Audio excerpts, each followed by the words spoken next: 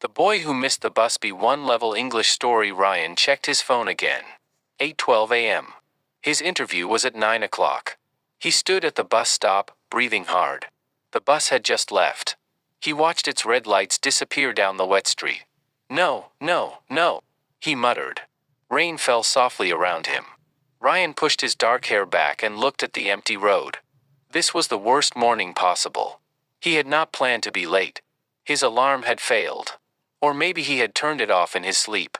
Either way, it did not matter now. He had missed the bus. And this was not just any day. Today was important. Very important. Ryan had a job interview at Brightwave Marketing, a company he had dreamed of working for. For weeks, he had prepared. He practiced interview questions. He updated his resume 3 times. He even bought a new navy blue shirt. After months of searching for work, this interview felt like his chance to finally move forward. And now, he was standing in the rain watching that chance drive away. He checked the bus app. The next bus would arrive in 25 minutes. Too late. Ryan sighed heavily. His shoes were already wet. For a moment, he considered ordering a taxi. But when he opened the app, he stared at the price and closed it again. Too expensive. He looked around the street. People hurried past with umbrellas. Cars moved slowly through the rain. Everything felt rushed. Everything except him. He felt stuck. A cold wind blew across the sidewalk. Ryan noticed a small café nearby. Warm yellow light glowed through its windows. He hesitated. Then he stepped inside.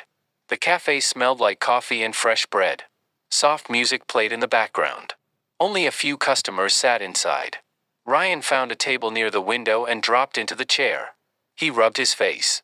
Maybe he should email the company. Maybe he should apologize and ask for another interview date. Or maybe they would simply forget about him. A voice interrupted his thoughts. Tough morning? Ryan looked up. A man stood beside his table holding a cup of coffee. He looked about 50, with gray hair and a calm expression. Ryan forced a small smile. You could say that. The man nodded toward the rain outside. Bad weather and bad luck? Ryan laughed weakly. Mostly bad timing. The man smiled. Mind if I sit? Ryan shrugged. Sure. The man sat down. For a few moments, they listened to the rain. Then the man asked, Work trouble? Ryan looked surprised. Is it that obvious? A little. Ryan looked down at his hands. I have a job interview today, he said. Or maybe I had one. The man waited. Ryan continued. I missed my bus. The next one is late. I think I've already ruined everything. The man stirred his coffee slowly. What kind of job? Marketing assistant. The man's eyebrows lifted slightly. Sounds interesting. Ryan sighed. It is. Or it was. The man looked thoughtful. You know, he said, people often think one mistake destroys everything. Ryan gave a tired smile. Sometimes it does. The man shook his head gently. Not always. Ryan stared out the window. I prepared for this interview for weeks. The man nodded.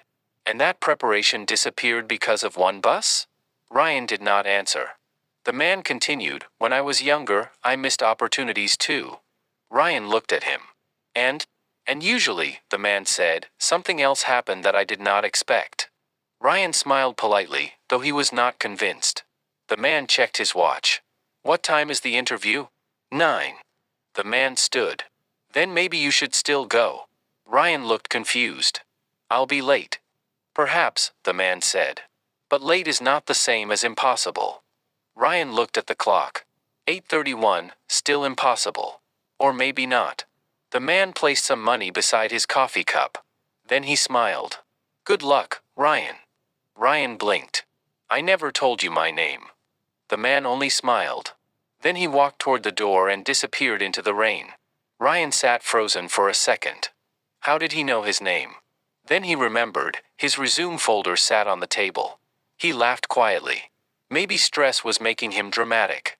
He grabbed his things and hurried outside.